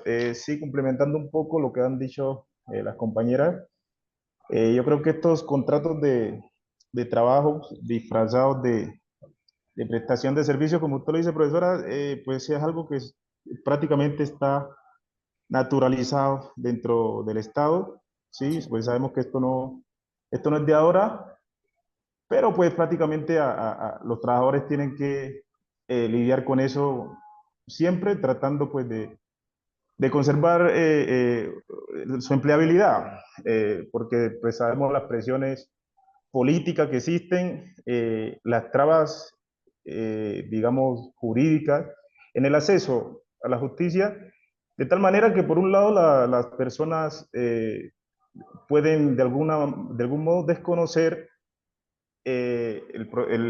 cómo funciona el proceso de contratación, ¿sí? A qué derechos tienen con un contrato de prestación de servicio, pero por el otro simplemente se resignan, sabiendo que a veces la ley o la justicia, digamos, es muy hermética, muy cerrada. Entonces, en esos términos quisiera preguntarle, profesor, a usted que ha tenido la experiencia, ¿sí? Que ha venido acompañando, como nos dijo, algunas demandas contra alguna empresa del Estado, ¿qué tan fácil es, por ejemplo, lograr tramitar estas demandas? ¿Sí? Y bueno, ¿qué tan fácil también es lograr que se le restablezcan esos derechos realmente a los trabajadores? Fíjate que actualmente en Colombia, a nivel de, pues, tu pregunta se va un poco hacia lo laboral. Actualmente en Colombia existen dos tesis y ahí estamos encontrando nosotros un choque de trenes. Una tesis es la de la Corte Constitucional y otra tesis es la de la Corte Suprema de Justicia. La Corte Suprema de Justicia establece que ese tipo de contratos se hicieron así, se firmaron así y se tienen que acoger y por eso existen, por ejemplo, contratos que se firman con personas cada 6 meses, cada 6 meses, cada 6 meses y así duran 15 años, cada 6 meses. Y que son de libre nombramiento y remoción y de un momento a otro, chao. Y que esa es la teoría, por eso existen esos contratos y las partes se someten de manera bilateral a eso. ¿Qué se ha peleado y qué se está peleando? Se está peleando la tesis de la Corte Constitucional. La tesis de la Corte Constitucional es la siguiente. Después de que han transcurrido 3 años ininterrumpidos con esa forma de contratos, el contrato debe volverse indefinido. Y sobre todo cuando, por ejemplo, hacen la, el aviso, el preaviso de que no se va a continuar con el contrato fuera de los términos que establece la ley para hacer ese tipo de preaviso. Entonces, fíjate que hay esas dos tesis y esas dos corrientes. Se han ganado procesos acogiéndonos a la teoría de la Corte Constitucional, porque en últimas, la Corte Constitucional lo que dice es que se debe acudir a principios más allá de lo que dice la ley. La ley dice que son válidos los contratos a término fijo, pero no los contratos a término fijo para siempre, ¿cierto? Sino los contratos a término fijo dejan de ser a término fijo cuando ya han transcurrido más de 3 años ininterrumpidos. Y el salario, perdóname, el trabajador ha recibido su salario, ha recibido órdenes, ha cumplido un horario, y si se cumple eso, simplemente el contrato se vuelve a término indefinido. Y entonces, cuando se le da fin a un contrato, acogiéndose a que hasta aquí le llegó su contrato y chao, sin los previos requisitos que exige la ley, entonces se da lo que en derecho laboral se denomina como una terminación injustificada del contrato laboral. y eso hace que haya indemnización de perjuicios, que haya, que la persona pueda solicitar que se le revincule y además que se le indemnice. ¿Cómo es la indemnización? En este caso, es un día de salario por cada día de trabajo que se le ha impedido al trabajador ejercer su función. ¿Estamos claros? ¿Sí? Sí, profesora. Vale. Sí, Diana, señora. dime, Diana. Pero yo tengo una consulta, bueno, más que si es como una inquietud. Por ejemplo, estas personas que llevan mucho tiempo trabajando, años, puede decir, digamos, en puestos del Estado, pero pues como son puestos que a veces deben ser nombrados por concurso y estas cosas, y a veces sacan los concursos y se los ganan y esas personas pues han estado años ahí y no quedan. Prácticamente, digamos que esos años que trabajaron ahí son como perdidos. O sea, ¿qué pasa con esas personas y en esos casos, qué pueden hacer? Fíjate que en ese caso ya es diferente, porque es que el Estado precisamente tiene una serie de cláusulas que se llaman exorbitantes y que hoy se llaman excepcionales, y que le permite hacer eso acogiéndose a que las personas venían cumpliendo un encargo, vivían en provisionalidad mientras se hacía el concurso para nombrar en propiedad, y esas cláusulas sí las tiene el Estado. Eso no ocurre entre particulares. ¿Mm? Por ejemplo, lo que yo les decía al principio, a título de broma, hoy el único contrato que podemos terminar sin justa causa es el de noviazgo. De ahí para allá, pues hay que responder. Nosotros nos acogemos mucho a nivel particular, porque yo me dedico mucho al tema de familia, sucesiones, derecho privado, contractual, etcétera, etcétera, divorcios, liquidación de sociedad conyugal, a todo ese tema, pero también manejamos temas, por ejemplo, de derecho laboral administrativo y de derecho administrativo. En este caso, Diana, sí, lamentablemente existen esas cláusulas que le permiten un manejo diferente a los contratos estatales precisamente por esas potestades que tienen. Lo que no ocurre cuando Pepito contrata a Juana y son contratos laborales disfrazados, porque ahí sí nos acogemos nosotros a la tesis de la Corte Constitucional, pero sí significan años de pelea. O sea, lo que tú me preguntabas hace un rato, creo que fue Ronald, tal vez sí fue Ronald, qué facilidad hay. La facilidad no es tanta, pero sí podemos obtener buenos resultados cuando las demandas se encaminan de manera correcta y acogernos a las tesis de la Corte Constitucional más que de la Corte Suprema de Justicia. Gracias, profe. Con gusto, Anita. Listo. Entonces continuemos con el tema de los contratos estatales. Los contratos estatales venían siendo una multiplicidad de contratos, como les decía. Entonces, el Estado tenía la posibilidad de hacer contratos privados estatales, contratos de derecho público. Entonces, contratos, dependiendo qué le convenía. Hoy en día, la Ley 80 nos unifica en un solo contrato, el contrato del Estado. Es decir, ya no existen esos contratos de derecho privado celebrados por el Estado. Esa vaina ya no existe. Hoy en día, los contratos estatales son aquellos en los cuales una parte del contrato es una entidad estatal, sin importar la regulación a la cual sean sometidos. Por ejemplo, ¿eso a qué se refiere? Resulta que el Estado necesita un arrendamiento de unas instalaciones para las comisarías de familia. Entonces, esos contratos que estaban regulados por el derecho comercial o por el derecho civil, por tener la característica de ser un contrato de arrendamiento, eran contratos privados del Estado. Hoy en día, esos contratos privados del Estado dejaron de existir. Hoy existe la contratación estatal, sin importar la regulación a la cual sean sometidos. Entonces, por ejemplo, cuando el contrato se refiere a la prestación de servicios públicos, no va a tener una regulación especial y particular, porque son particulares los que eh, prestan el servicio público, sino que simplemente con que una de las partes sea una entidad estatal, se denomina contrato del Estado. Esta es la nueva denominación que se le da a través de la Ley 80 a todos los contratos del Estado. Entonces ya se dejó esa excepción de la excepción, y que como esto es particular y se podía manejar diferente y se podía sacar más plata de una parte de la otra y hacer óbice del principio de transparencia. Esta ley lo que busca es que en un solo contrato se regule la generalidad de contratos. No importa el objeto, no importa el objeto, aunque una sola de las partes sea el Estado, el contrato es estatal. Esta ley también logra establecer un régimen jurídico único al que se van a someter todos los contratos y todos los contratos de la administración pública. Simplemente que una de las partes sea entidad estatal, listo.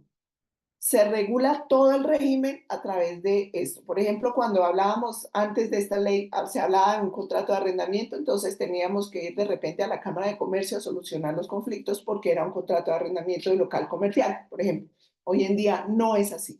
Esto también no solo se unificó en un solo contrato, sino que se unificó en un solo régimen común y jurídico y jurisdiccional para trabajar toda la solución de conflictos, la interpretación de las cláusulas, etcétera, etcétera. ¿Qué característica es especial en esto? Yo les decía a ustedes al principio, cuando yo celebro un contrato de compraventa, me obligo a dar un bien, una casa, un inmueble, y a mí se obligan a pagarme. Eso significa la bilateralidad. Y los dos tenemos, tanto el que vende la casa como el que recibe la plata, obligaciones bilaterales y equilibradas. En estos casos, Dianita, que hablabas ahorita, conservamos un régimen excepcional que se llamaba cláusulas exorbitantes, hoy se llaman cláusulas excepcionales, y eso es lo que hace que exista una gran diferencia entre los contratos del Estado y los contratos entre particulares. Por ejemplo, la interpretación que se hace de las cláusulas de estos contratos tiene que ser una interpretación en favor de la entidad pública con miras al bien social.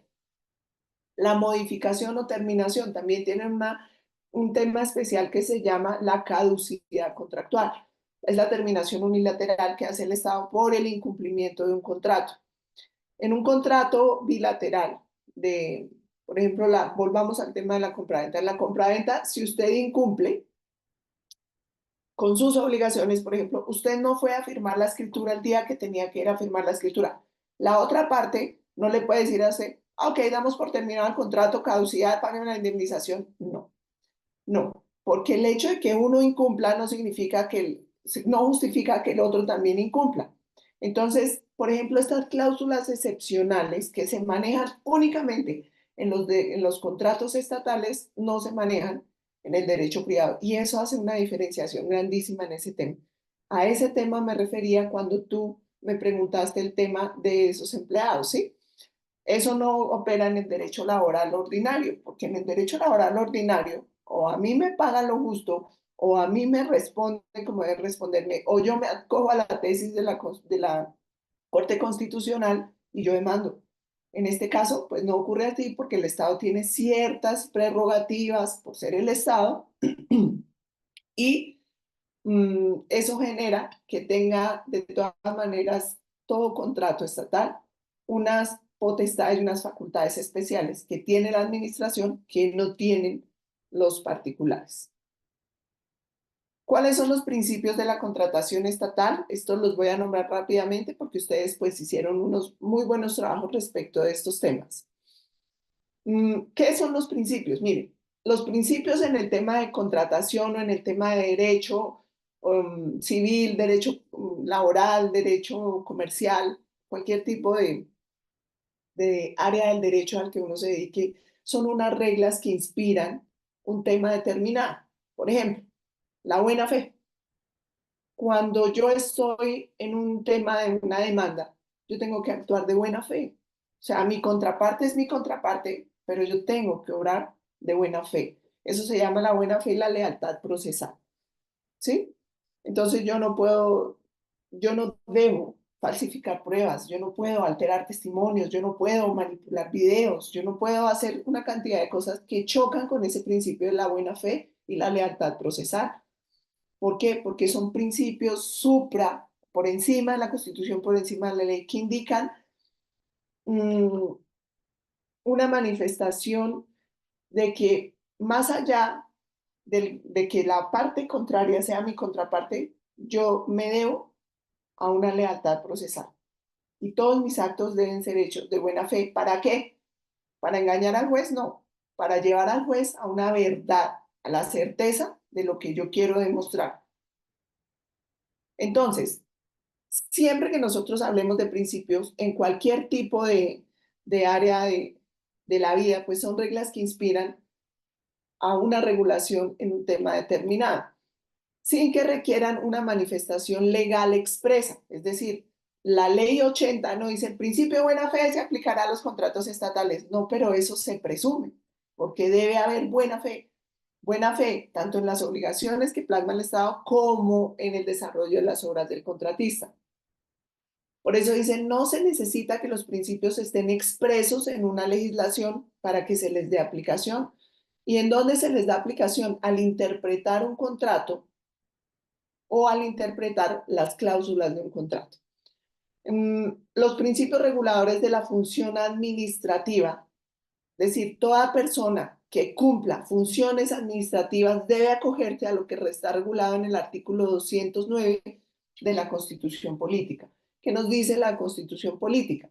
Que toda persona que cumpla funciones administrativas debe regular todo su actuar en los principios de igualdad, en los principios de moralidad, en los principios de eficacia, en el principio de economía, en el principio de celeridad, en el principio de imparcialidad y en el principio de publicidad. Con base en esos principios que estableció la norma de normas, recuerden que desde el principio les dije, de la Constitución se deben derivar las demás normas. Con base en estos principios que la Constitución determinó que eran los que debían cumplir todos los funcionarios que tengan obligaciones administrativas, igualdad, moralidad, eficacia, economía, celeridad y parcialidad. Bajo esta luz, bajo estos principios grandes, emana entonces la Ley 80 del 93. La Ley 80 del 93 específicamente nos regula 3 principios. Sin embargo, hay otros principios que se derivan a partir del desarrollo más adelante de la ley. Esos 3 principios que nos regula la ley de manera taxativa son transparencia, economía y responsabilidad. Esto fue lo que ustedes desarrollaron más o menos en su primera fase. Este principio de transparencia, ¿qué busca? Pues atacar la corrupción. Muchos de ustedes lo hicieron en sus trabajos, específicamente dijeron atacar la corrupción, pero hoy en día ocurre esto y esto y esto y esto. Entonces, ese principio busca que la actuación del funcionario público sea transparente, sea correcta, sea leal, sea de buena fe, sea pública. El principio de economía, pues toda la actividad contractual se debe desarrollar con celeridad y eficacia. De ahí, por ejemplo, que se desarrollen cosas como lo que más adelante vamos a ver que se denomina el silencio administrativo positivo. Entonces, tenemos el principio de la economía. Uno no debe hacer esperar a una persona por una petición 4, 5, 6, 7, 8 meses, sino que deben las actuaciones del Estado ser eficaces y se deben contestar y se deben atender con celeridad.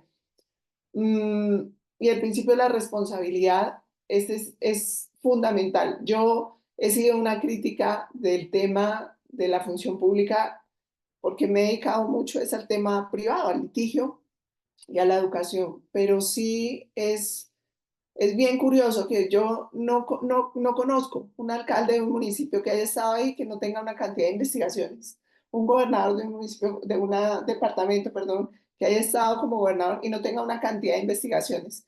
Entonces, ¿eso por qué pasa? Porque todas las personas que intervienen en la actividad contractual del Estado sufren las consecuencias del incumplimiento y entonces le buscamos el incumplimiento por aquí y cantidades de demandas contra funcionarios públicos por el incumplimiento. La responsabilidad de los funcionarios públicos es doble, porque no es solo cumplir con la obligación que establece la ley, sino también tienen responsabilidad por omitir cosas que debieron hacer. Entonces, esos son los 3 principios que establece la ley 80. Sin embargo, hay otros 2 principios, otros 3 principios, o 4 principios, o 5 principios que se pueden deducir del contenido de esa ley. Por ejemplo, está la ecuación económica contractual que está establecida en el artículo 27, no como un principio, pero se debe tener como un principio cuando se hace un contrato con el Estado. ¿Qué significa la ecuación económica contractual? Recuerden cuando yo les decía que en los contratos bilaterales yo me obligo a entregar mi casa y usted a pagar el precio. Eso pasa también en los contratos del Estado, que las obligaciones sean bilaterales. Yo voy a contratar la construcción de un hospital. Entonces, a mí me deben entregar el hospital en las características que me hicieron la propuesta. Recuerden que hablamos aquí desde proponentes. Me hicieron la propuesta y yo como proponente debo recibir al final el pago adecuado acordado con el Estado. Esas son obligaciones bilaterales. Pero este principio de la ecuación económica contractual también tiene que ver con algo que en derecho privado se denomina la conmutatividad. ¿Qué es la conmutatividad hablando de la ecuación económica contractual? No es solamente, y yo lo quiero explicar porque sé que aquí no todos somos abogados. Entonces, ¿cómo lo voy a explicar? Usted vende una casa de 500 millones de pesos, su casa vale 500 millones de pesos y la persona que se la compra se la paga en 200. Su casa valía 500, se la pagaron en 200. Eso comúnmente en derecho se llama lesión enorme. Cuando usted vende un bien y se lo pagan por debajo de la mitad de lo que usted consideraba que era ese bien, cuando es del valor de ese bien. Cuando eso pasa en los contratos, se pierde ese principio. ¿Cuál principio? El de la conmutatividad. Entonces, lo mismo pasa en la contratación estatal. Todo contrato estatal bilateral debe ser conmutativo. Es decir, usted tiene una obligación conmigo y yo tengo una obligación con usted, pero esas obligaciones deben ser equivalentes. Debe haber equivalencia entre las prestaciones de cada uno de los obligados dentro de un contrato. Otro principio importante es la interpretación de las reglas contractuales dentro de los contratos del Estado. ¿Cómo se hace la interpretación de las reglas contractuales? Pues ahí es cuando nosotros tenemos esas prerrogativas, o nos tiene mejor el Estado, que esas interpretaciones de las reglas contractuales o de las cláusulas que integran un contrato estatal debe hacerse acogiéndose a los principios de la Constitución política, la ley y los fines del Estado. Siempre. En este caso, por ejemplo, cuando yo les decía una entidad que entregó a un particular la prestación del servicio de salud y resulta que ha fallado la prestación del servicio de salud, ha fallado la prestación del servicio de salud, pues el Estado tiene la obligación, según sus principios y según sus fines, los fines del Estado, de garantizar el derecho a la salud de todas las personas. Entonces, el Estado no tiene que ir a avisarle, mire, por favor, mejore, mire, hagan, sino que puede terminar el contrato de manera unilateral y empezar él a prestar el servicio, porque su deber constitucional es garantizar que todas las personas del territorio colombiano tengan el acceso a la salud, cosa que no pasa en los contratos entre particulares. También tenemos la buena fe, la igualdad y el equilibrio entre las prestaciones de las obligaciones contractuales del Estado. Aquí tiene que ver algo muy importante que es el fallo blanco de un tribunal en Francia que estableció de ahí en adelante se dio un cambio total respecto de los contratos con la administración. A quien le interese ese documento por pura cultura general, que es el nacimiento de los principios que deben regular todos los actos de los funcionarios públicos, me escribe y yo con muchísimo gusto le envío el documento. De ese fallo blanco salió que el principio del interés público sobre el interés particular, la continuidad de los servicios públicos. Esto era lo que yo les hablaba hace un momento respecto de que a mí no me están prestando el servicio de salud, yo intervengo y asumo como Estado porque mi deber es garantizar la salud de los colombianos. El tema de las prerrogativas del Estado, como esas cláusulas de las que les hablaba hace un rato, y también el tema de la vigilancia, control y dirección del Estado de esos contratos. Fíjense que entre particulares no existe vigilancia, control y dirección de una de las partes frente a la otra, sino que esto se da simplemente porque son principios que se aplican en la contratación estatal y en favorecimiento del Estado, porque se presume que en todos esos contratos debe primar el interés general Y al firmar un contrato, el Estado debe estar cumpliendo las funciones de la prosperidad general que vimos al principio. Aquí vienen unas modificaciones importantes en el tema de la jurisdicción. ¿Qué significa que la Ley 80 y la Ley 1437 de 2011, con otros decretos reglamentarios que vinieron más adelante, nos establezca una sola jurisdicción? ¿Se acuerdan que yo les dije, cuando por ejemplo el Estado firmaba un contrato de arrendamiento, entonces nos íbamos y el Estado quedaba mal, por ejemplo, con el arriendo, pues entonces nosotros íbamos a demandar ante el juez civil el incumplimiento de un contrato del Estado? Cuando viene la Ley 80 y luego la Ley 1137 de 2011, establecen, no un momentico, es que el Estado no tiene una doble personalidad. El Estado no tiene por qué ir a demandar los contratos, o los particulares que están contratando con el Estado, a demandar los contratos ante un juez civil o ante un juez comercial. Los contratos con el Estado se deben demandar ante la jurisdicción que es especialista en el tema del Estado. Cuando usted tenga ante usted una situación de que hay que demandar al Estado, no piense en la jurisdicción civil, me voy al juez de familia, me voy al juez comercial, me voy al juez civil, me voy al juez administrativo. Entonces, este fue un cambio importante que vino cuando nos dice todos los contratos del Estado, aquí donde les estoy señalando, todos los contratos del Estado están sometidos a una sola jurisdicción. Aquí ya se acabó que una demanda al Estado, al juez civil, una demanda al Estado, al juez comercial. No, todos los contratos del Estado están sometidos a un mismo régimen, a un mismo juez especializado. ¿A cuál régimen? Al Código Contencioso Administrativo y de Procedimiento Administrativo. Tienen una legislación especial y tienen además un juez especial que adelanta todos los procesos que tengan que ver contra el Estado, que es el juez contencioso administrativo en la justicia contencioso administrativa. La solución de conflictos. La solución de conflictos también está sometida a una sola jurisdicción que va a permitir resolver las controversias. ¿A cuál? A la jurisdicción contencioso administrativa. Cuando yo hablo de la jurisdicción contencioso administrativa, pues tenemos que tener en cuenta que es un juez especial que tiene que ver con todos los temas del Estado, demandas contra el Estado.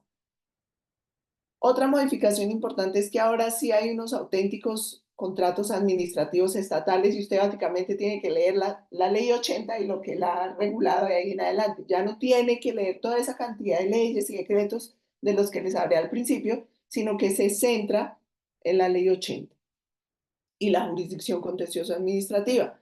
Aquí se eliminan los contratos privados de la administración. ¿Se acuerdan que yo les decía? Es que firmó un contrato para la venta de unos computadores con una entidad privada. Entonces son contratos privados, particulares. No, el Estado es uno solo y no tiene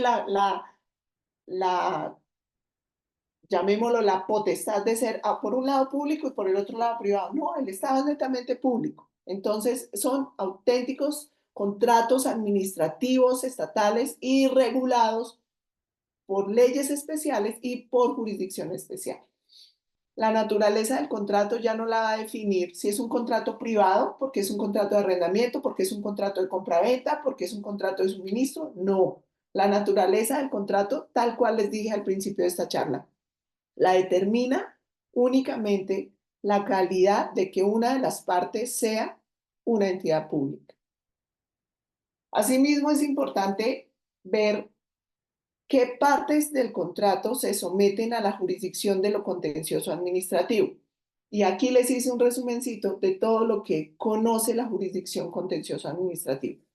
Si usted tiene una demanda por contratos, hechos, omisiones u operaciones administrativas, ¿usted a dónde va? Al juez administrativo, a la jurisdicción contencioso administrativo.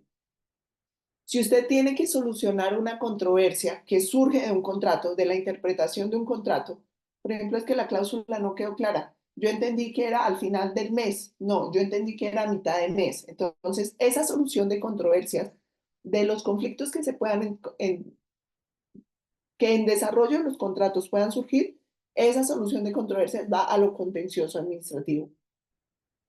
Litigios, todas las demandas originadas en la actividad de los funcionarios públicos a través de las entidades públicas, jurisdicción contenciosa administrativa.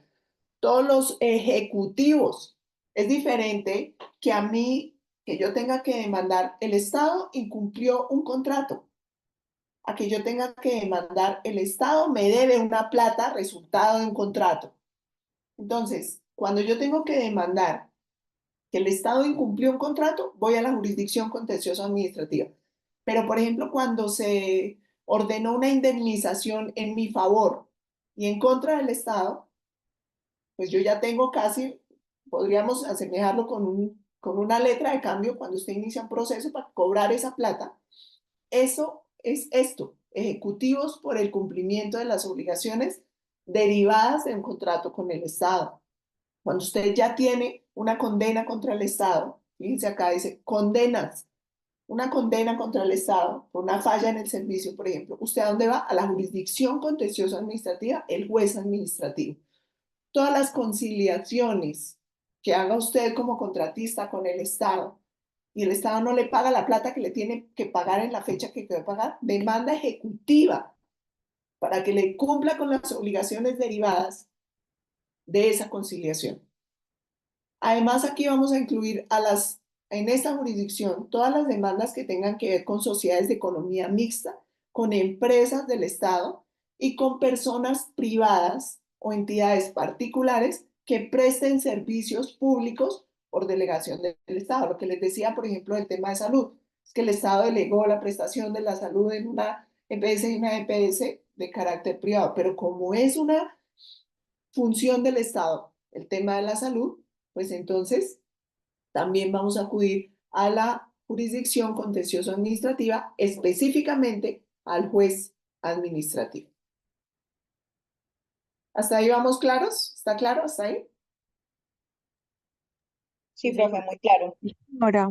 Sí, señora. Bien. ¿Cómo es el tema del perfeccionamiento del contrato? El perfeccionamiento del contrato tiene dos etapas. El contrato del Estado tiene dos etapas. Hay unos requisitos para el perfeccionamiento que yo suelo asemejarlo a una promesa de un contrato y luego ya tiene los requisitos de ejecución, que es un contrato como tal. Fíjense que cuando usted firma una promesa de compraventa, ¿a qué se está obligando? ¿A entregar su casa? No. Usted se está obligando a celebrar un contrato de compraventa más adelante porque lo que está firmando hoy es una promesa. Y las personas generalmente tienden a confundir eso. Van a vender la casa, venga, firmemos una promesa. Entonces, la promesa lo que obliga es a más adelante firmar una compraventa. Mientras que la compraventa ya como tal me obliga a mí a entregar mi casa y a recibir el precio. Son dos momentos diferentes en un contrato de compraventa. En este caso, tenemos dos momentos diferentes para la perfección del contrato estatal. De un lado están los requisitos de perfeccionamiento. El primer paso de esos requisitos de perfeccionamiento empieza con el acuerdo entre el Estado y el contratista respecto del objeto del contrato, qué se va a hacer y cómo se va a pagar. Cuando hay ese acuerdo, que debe ser solemne además, en la clasificación general de los contratos hay unos contratos que se llaman solemnes, que son los que requieren unas solemnidades, unas formalidades, como por ejemplo, no hay contrato de compraventa de un bien inmueble, por ejemplo de una casa, si no está por escritura pública. Porque una de las solemnidades que exige la ley es que sea por escritura pública. Pero un contrato de compraventa de esta botella de agua, pues eso no es solemne, no necesita una escritura, no necesita nada, simplemente el acuerdo. En la contratación estatal, de acuerdo con la ley 80, todo contrato y todo acuerdo entre las partes debe quedar por escrito. Esa es una solemnidad que exige el contrato para el cumplimiento posterior de las obligaciones. Este acuerdo, que es solemne, es un acto posterior a la adjudicación, porque fíjense que este acuerdo ya implica a las dos partes, tanto al Estado como al contratista, mientras que la adjudicación es un acto unilateral por medio del cual el Estado le entrega, le otorga a un proponente la realización de un contrato posterior. Entonces, ¿qué se genera con estos requisitos de perfeccionamiento? Se genera para cada una de las partes las obligaciones de perfeccionar un contrato posterior, de realizar un contrato posterior, que se va a materializar ya con los requisitos que llamamos requisitos de ejecución. Para que se empiece a ejecutar el contrato debe estar perfeccionado, es decir, debe haber cumplido esta etapa anterior que se llama requisitos de perfeccionamiento. Una vez se cumple esta etapa anterior de requisitos de perfeccionamiento, empezamos ahora sí con la etapa del cumplimiento de las obligaciones contractuales. Y esa etapa de cumplimiento de las obligaciones contractuales se llama requisitos de ejecución. Dentro de los requisitos de ejecución encontramos también que esté aprobada la garantía, que exista la disponibilidad presupuestal,